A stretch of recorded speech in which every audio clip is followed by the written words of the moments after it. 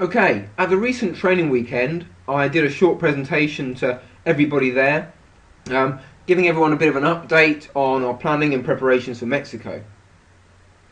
Now, a lot of you guys couldn't make that weekend. Some of you guys in the UK couldn't, and obviously we've got a large contingent of cavers based abroad. So I thought I'd create this screen cam, this short presentation to tell everybody where we've got to. So really just a bit of a who, how, what and when, a bit of an update, maybe a bit of a reminder for some of the people who know this already.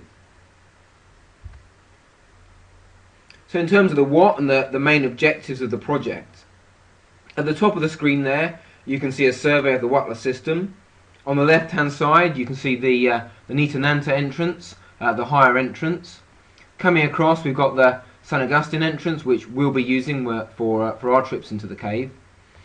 And over on the right hand side the Huautla Resurgence, and actually also Cueva Pina Colorada, both of which are in the Santo Domingo Canyon, and where the water exits the Huautla system. The main objective for our expedition is to get a team of divers through the main downstream sump, which is about here, and for that team of divers to spend probably about a week in this section of cave with two objectives. Firstly, to dive the main downstream sump, or the final downstream sump, sump 9, but also to climb the Rio Iglesia waterfall, a large waterfall that Bill Stone and Barbara noticed when they were there in 1994. To make this happen, we need a large team of supporting cavers to get the kit into place so that we can actually get the divers through there and they can go on pushing and do the exploration. I very much like to obviously survey anything we find. I'm a strong believer as well in capturing as much of the expedition via filming and photography at the same time as well. So I'm keen that we record as much stuff as possible, both in terms of the diving and the stuff there, but also everything that leads up to that and makes that possible. For the dry cavers, Bill Steele has told us about a lead or an opportunity to look for a dry connection to Nitinanta. So that would be interesting. That would be based out of the main camp, Camp 3. The guys would be looking for that lead. And we'd also like to get back up and visit Aphrodite Hall. It's been quite a few years since anyone's visited that part of the cave, so I'm expecting that we'll have to at least partially rebolt the route up to there, and certainly replace the bolts at the head of the pitch. So how are we going to make this happen? Firstly, we've got to get people out to Mexico and get them actually to the cave entrance. For European cavers, that means a flight to Mexico City via the US. Obviously US and Canadian cavers, it's not quite the 13 hours, it's a little bit quicker fortunately. From Mexico City, we're then looking at a looking at a lengthy bus ride, about 8.5 hours to Huautla. But that can be done as an overnight bus, which I think I'd recommend. That was the option which a few of us chose when we did our recce trip out there in January. And then from the town of Huautla itself, you're really just a short mountain taxi ride away from the village of San Agustin, which is basically where the cave is. You're right on top of the cave when you're in the village. So logistically, for European cavers, you're talking about a sort of 1.5 to 2 days travel.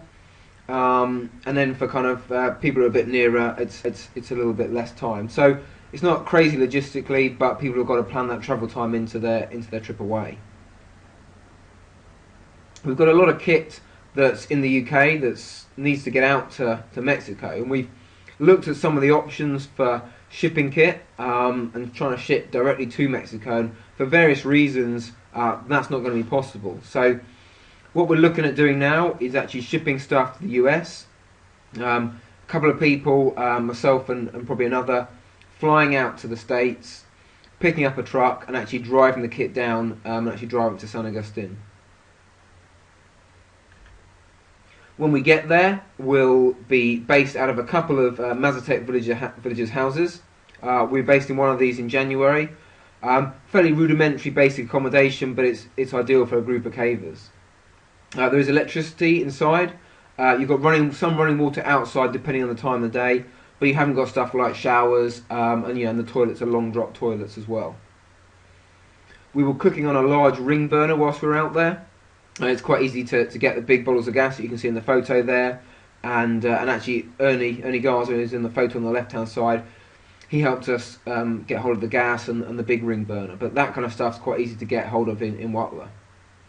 Similarly, in Huatla, it's easy enough to pick up supplies such as food and other essentials, and we found that we were going in there quite regularly to do some shopping. Here's one of the big shops we're in Huatla.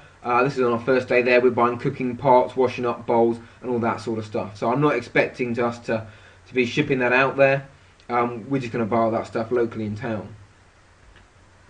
And yeah, similarly, fresh fruit, fresh vegetables, and fresh meat can all be purchased locally as well. So in terms of the caving, what I'm expecting is that we'll have the advance party arriving probably 1 week before the main team. And that advance party will begin rigging down the cave, trying to get as much of the cave rigged as possible. Then we'll have the main team starting to bring some of the exploration and diving kit into the cave, hopefully on long day trips. And initially those long day trips might be to the end of the Fool's Day extension, and then later there'll be longer day trips, probably down to the 620 depot.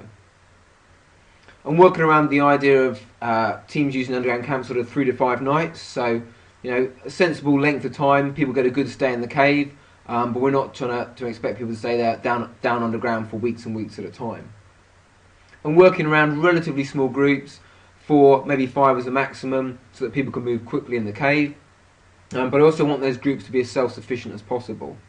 So I'm hoping that people can, buy the food and the supplies and the fuel that they need in Huatla, sort themselves out, and go underground with a clear plan what they need to do, and actually look after themselves. And I'll come on to talk about it in a minute. But one of the biggest challenges with this whole project is actually the logistical challenge of this many people and this much kit going down this bigger cave. So this self-sufficient teams idea is something that I'm really going to push quite hard. I'll come up with some estimations in terms of kit, in terms of weight and quantity and stuff. And that's really just to give people an idea that at the back of my mind, when I've been planning this trip, I have got a vision of how much kit it is. I have got an idea about how much it's going to weigh, and hopefully they translate into some realistic plans for actually getting the stuff down the cave. And from these numbers, this amount of kit, this many bags, and all this sort of stuff, I've come to kind of a number of people that I think we need for different sections of the trip. So, like I say, really just at this point, this is about giving people the confidence that I am planning this and I am looking at how we need to do it and how it's actually going to work. And one of the big things here is this idea of having people basically shuttle running kit down the cave. So rather than a caver going in the entrance with a bag, taking it all the way to the sump and coming all the way out, what I'm expecting people to do is to sort of go down the cave, drop kit off, come out, go down the cave again, drop more kit off, come out, go down the cave again, move some kit between 620 depot and camp, move some more kit between 620 depot and camp, etc, etc. So doing little sort of shuttle runs between various kit staging points should hopefully move the kit down the cave in several chunks. I think therefore that for every caver we get to visit the sump, we should end up with 2 big bags of kit at the sump, and that's what the whole plan's based around.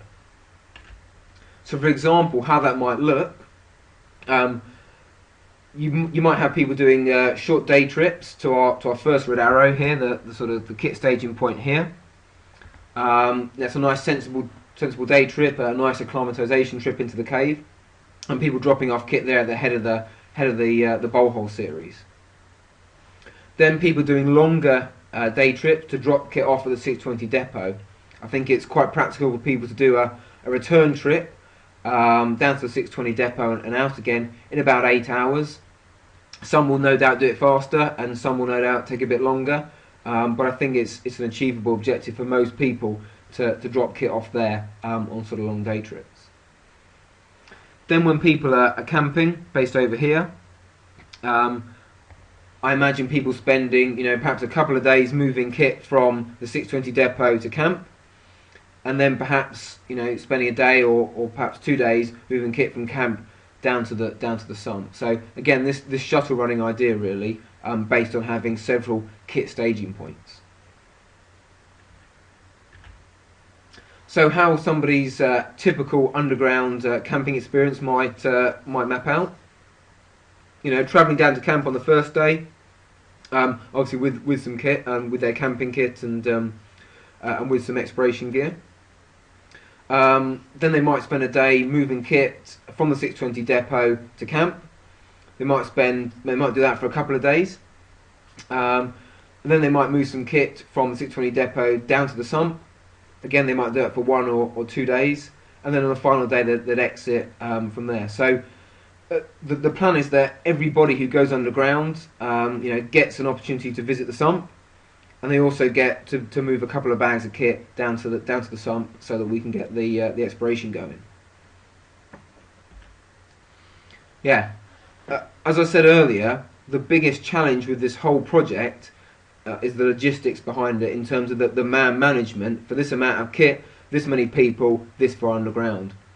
So a lot of my ideas, a lot of things I'm going to talk about, and sort of during the expedition, is going to be focused on keeping it simple, and that comes back to these self-sufficient teams, 4 or 5 teams going underground with a clear plan, knowing what they're going to do, taking food, fuel, and supplies for their stay underground, doing that stay, and coming out again, and sticking to the plan as far as possible.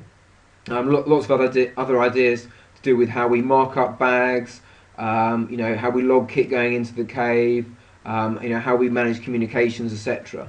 But a big focus for me is going to be the logistics around this kit and all the cavers involved. Just a couple of nice shots of the cave from our trip in January. On the left hand side, the head of the 110, and then the end of the full stay extension on the right hand side there.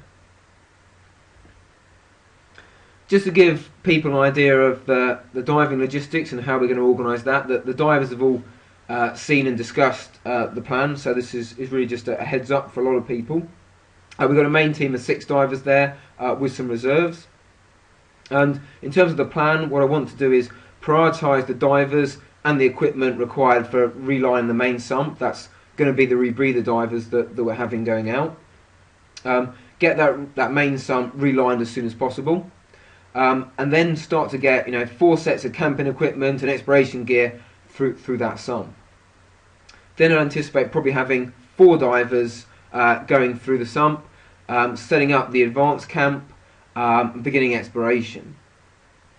And then, some days later, we'll either rotate out a couple of those divers, or we might bring another couple of divers in if we think we can use, all 6 people beyond the sump at once.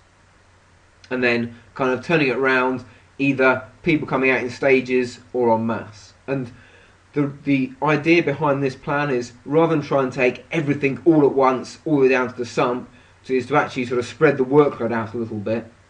So we're not holding stuff up, we're not holding the progress of the expedition up, waiting for the kit to get there. Is that we do it in stages, and we prioritise kit needed at certain stages, and similarly to try and kind of phase the exit out if we can as well. In total, we're probably looking at something like 7 or 8 days beyond the sump.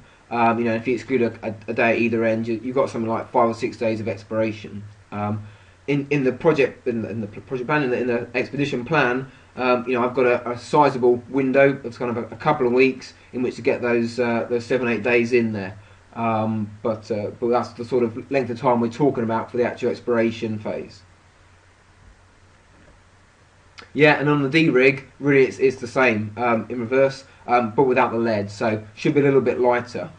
Some of the cylinders we'll be taking down the cave will be composite cylinders, which mean that they're very light. We do need lots of lead to make them sink, so they've got to carry stuff in there, but when we're coming out, we should be a lot lighter. And similarly, we'll be taking dry tubes, so dry containers down the cave. They'll require lead to sink them, but on the way out, we'll be able to leave that lead down there.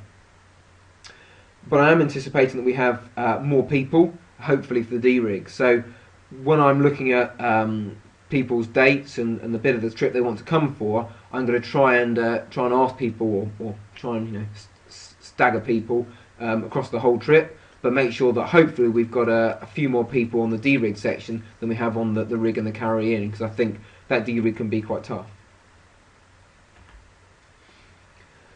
In terms of the Who, this was a snapshot taken, probably a couple of months back now, just on the various stages of commitment that different people were at. So really, I'm not going to run through this slide in a lot of detail, other than to say that at the moment I'm pretty happy with the numbers that we've got. Various people have given me commitment in those sort of three, those three phrases, which is looking pretty good. And then plus there's a load more people in that list down below that sort of hadn't really slotted themselves into one of those options, but who I know are certainly very interested in the trip and that I expect would be up there, and do want to be part of it. So numbers are looking pretty good. I'm pretty happy, but at the same time, I'm still happy for more people to join the project. At some point we may put a limit on it if it starts to get silly, but certainly right now I'm happy to encourage more participants. Just another couple of nice shots of the cave from January. John Lillerstollen on the left in the Bowhole series, and the full state extension on the right. You can see quite flat, quite pretty, and lots of nice gowers and things in that bit. Just in terms of the when, everyone's seen a previous email where I talk about trip dates and what the plan for different teams is for those dates. So I'm not going to say anything on this slide other than to remind you all to go back to that email and to have a think about when you want to come and what might be happening when that's going on. And just finally talk about a few other bits and pieces. We've got applications in for the Garperu Foundation. That's a grant that's for UK exploration and UK cavers going on foreign expeditions. So fingers crossed that we get some joy with that. Ryan Baker's been fantastic and put through an NSS grant application, which we've been successful with as well, and you've probably seen that in other emails.